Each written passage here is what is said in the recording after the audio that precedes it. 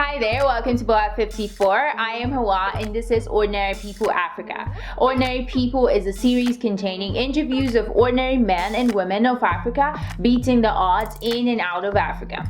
In this series, I will be collaborating with Dear Diaspora, hosted by Undu. Dear Diaspora is a podcast celebrating African diaspora, its change makers, innovators, and entrepreneurs working together to make the world the best place to live in. I would recommend checking out more of their content on your website at www.theirdiasporashow.com, and do check out the description box below for more information. Before we get started, if this is your first time, thank you for joining us. Our passion here at Boa 54 is to promote a positive Africa, one video at a time. If this sounds like anything you would love to be a part of, go ahead and join the family of Boa by hitting that subscribe button and notification bell next to it so you can keep learning about Africa and you don't miss anything. Also, most importantly, share this video and channel with your family and friends to help us promote a positive Africa. Be sure to check out Boa 54 merch. Every purchase that you make helps us produce this videos that you guys so much love. So let's get into the interview. A little disclaimer though, this is an audio interview, so take a listen. Ashley, thank you so much for being a guest on Dear Diaspora. I'm so excited to have you. Of course. Thank you so much for having me. I appreciate it. Yes, for sure. I'm such a big fan of the Grapevine. I think I've watched like every single episode. So, well, thank you so much. Thank you. I really appreciate that. Awesome. So let's get started by just getting to know you a little bit more. So where are you originally from and where did you grow up? Okay, cool. Yes, I was born in San Antonio, Texas. I grew up in Maplewood, New Jersey. And my parents are from Nigeria. Oh, wow.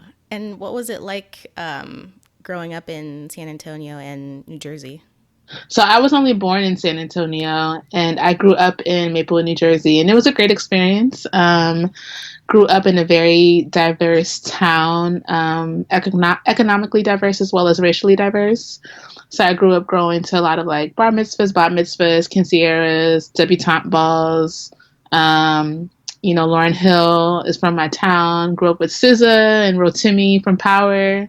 Wow. So it was a great upbringing. That is so cool. Yeah. Oh my gosh. And so why New Jersey? Like, did your parents just want to like move east or?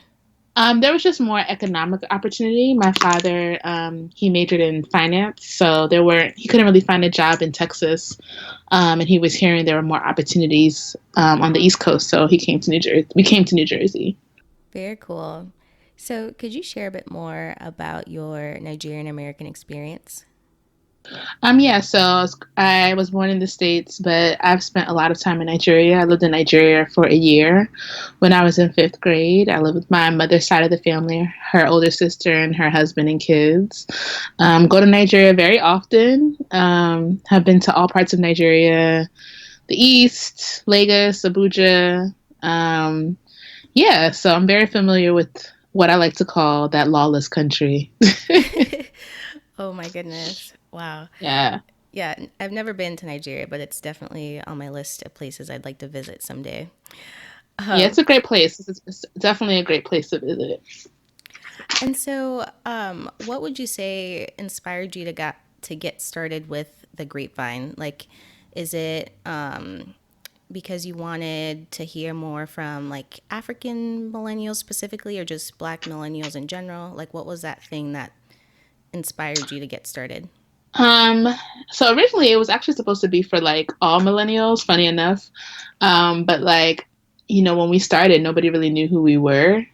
So I focused on Black millennials, like my friends of friends. So it was definitely meant to be the voice of, our generation that wasn't really being heard on, mainstream media outlets. Because at the time, like when you think back to like 2010, 2011, the rhetoric around millennials was that we were like lazy and that we were spoiled and that we expected so much. And like, I looked around at me and my friends and a lot of us were like working super hard. We were like in college and like had jobs. So what was being said about us, articles that were written about us and who we actually were like two different things. So I was like, no, I want to start this show. So yeah, that's kind of how I came up with the idea. So cool. And so, how did you go about recruiting that first panel? And were you like super intentional about making sure it represented like diverse perspectives, even though everyone was black? Like, Yeah, definitely. We always wanted to make sure that we represented an array of opinions, just because that's what makes conversation interesting and what allows you to grow, or kind of reaffirm your own beliefs. We just really wanted to make an entertaining show, and we knew that we couldn't have everybody who had the same opinion. So for me, when we started the show again, we didn't have the audience we have now. So I definitely had to rely on like word of mouth and like friends and like friends of friends. So I did my best with my resources, but I was still able to make an interesting show despite not having an audience in the beginning. wow. And so, would you say that's how your audience grew? Like, mainly through just people telling Yeah, their friends about it?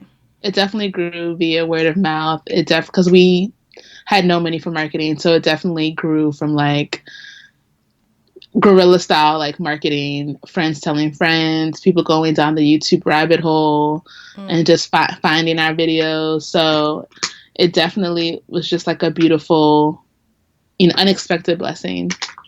Wow, that's so cool. And I don't even remember how I first came across one of your videos, but as soon as I like clicked on one, I just couldn't stop Oh, watching wow, the rest of them. thank you. Yeah, that's Glad you found us. yes, I'm so glad I found you guys. Like I really appreciate just all the different perspectives and all the topics that you guys touch on. Right. And so, how do you go about picking topics? And like, have you ever been like really nervous about certain ones? We definitely, like, my producers and I, we have a group chat where we kind of like throw ideas um into the group chat, like, should we talk about this? Should we talk about that? And it really just comes from a place of like curiosity and having an interest in how people think. That we kind of throw topics like, what do you think about this? And I think, just kind of having an understanding of the human mind, we're able to kind of like figure out what people would find interesting, because we tend to place ourselves in their shoes. So I think, having my two producers to bounce ideas off of is very helpful. And is there a topic that I've ever been nervous about? I don't think so.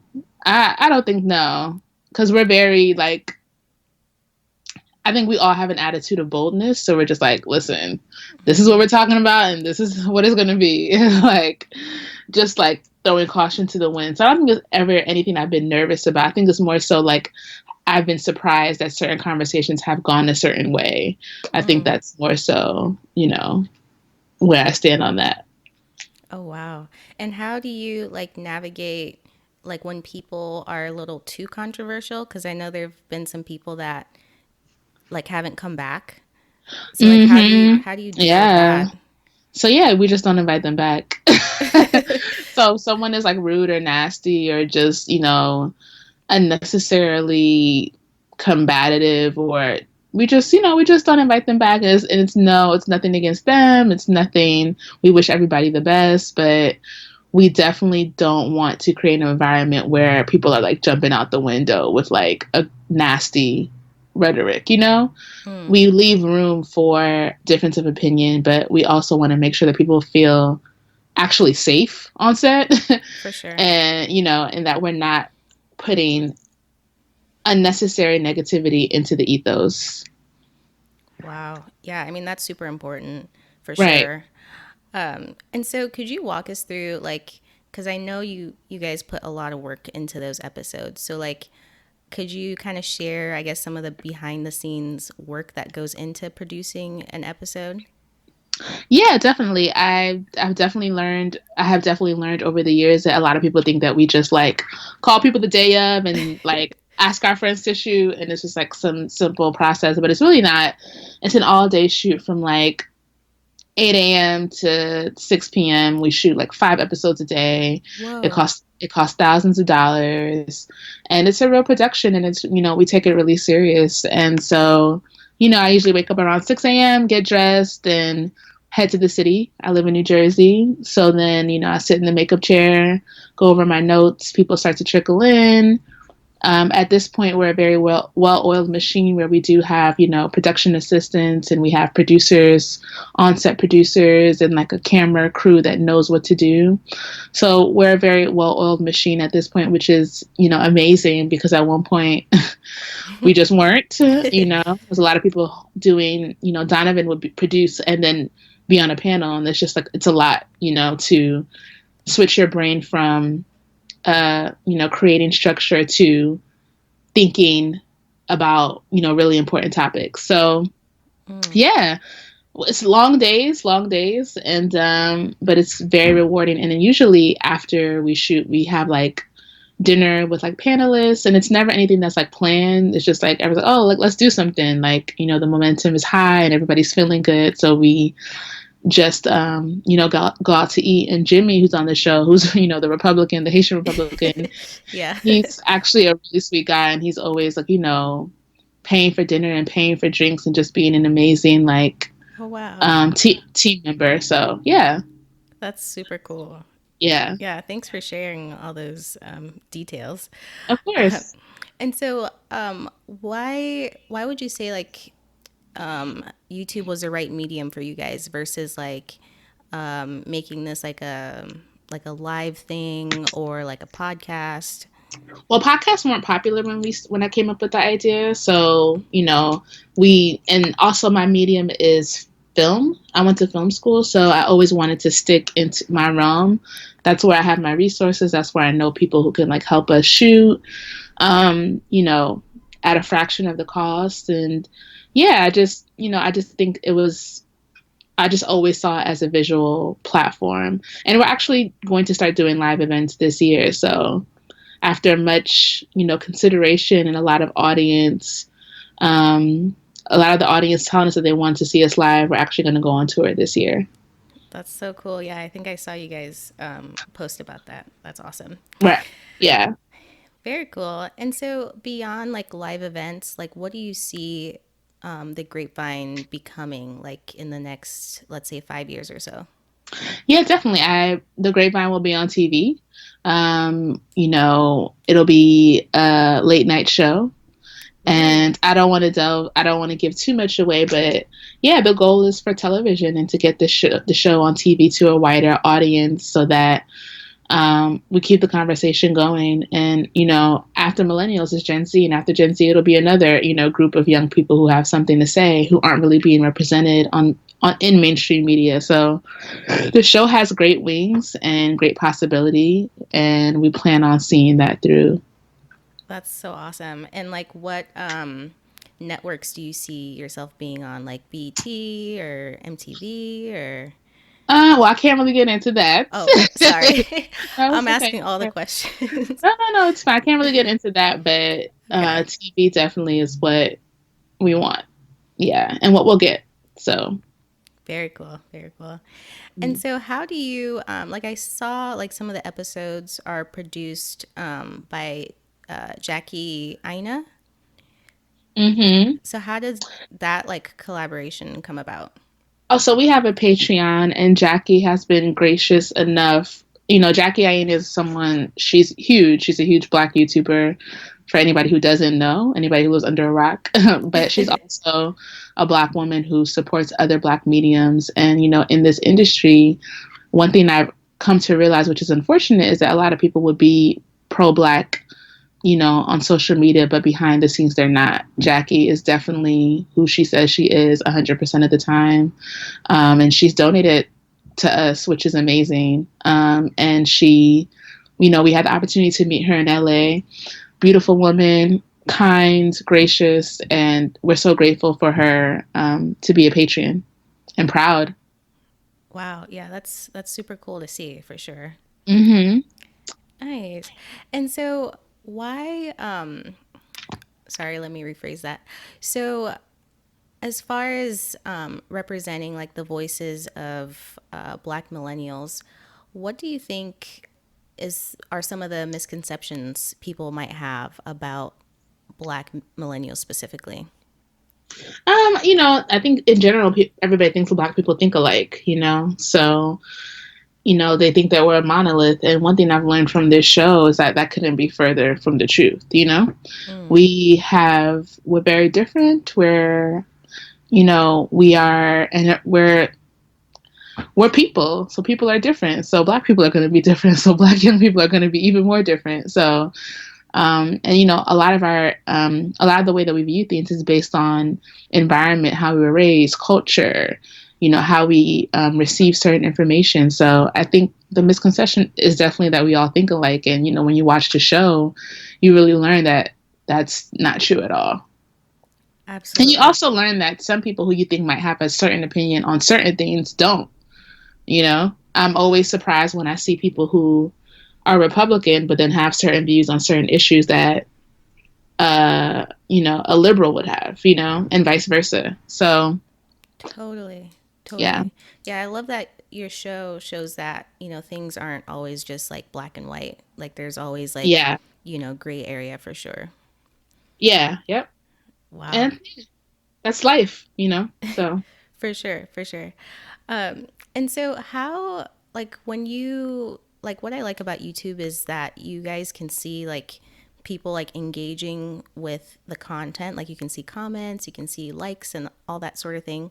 right. How do you deal with people that are, let's say, overly critical of the show? And like, are you at the point where you're able to like tune those out, or do they still kind of Yeah. get Like to we you? don't, I mean, sometimes we get up, sometimes it's just like if you only knew what's happening behind the scenes. But at the end of the day, it's kind of like we don't care. Like we're always, constructive criticism is great. Like that's great constructive criticism, and I think that's like what art is supposed to be. We should be able to look at something and critique it and take it apart and put it back together. And I think that's like super healthy. But the people who want to go online and just be nasty or negative, we don't pay attention to stuff like that. And we're at the point where we don't care. It's kind of like the Beyonce approach. Love it. We don't see it. Yeah, we don't see it. And what advice would you give to any like up and coming content creators, specifically ones who want to kind of represent, Black millennials like you guys are, or just any sort of, I guess, cultural affinity that they might have? I would definitely say, just, get started, start working. Even if you don't have, all the resources, go to a cafe with your laptop and just start creating a treatment, start creating, a blueprint of what you want your content, your art to look like. So I think, for me, and consistency, work on it every day. That's one thing I learned in art school, which has helped me, and which I've seen, people that I respect in various industries, is the idea of like never giving up and working every day towards your goals. Mm.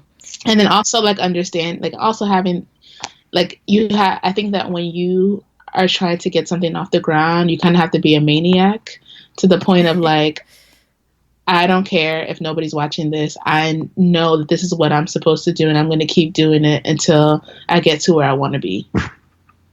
Wow, that is super helpful. Yeah, Yeah, I really appreciate that, and I'm sure people in the audience will also. I hope so. Yeah, and so could you share a bit more about? So is the Grapevine something that you work on full time, or do you have a day job? And I for the majority of the Grapevine, I did have a day job. I was working full time and running the show, which was exhausting. mm, But now I work on the show full time, oh which wow, is I'm very grateful for. that's really cool. And Yeah, how long were you producing the show? Like I guess part time while balancing like a 9 to 5. from 2014 to 2018.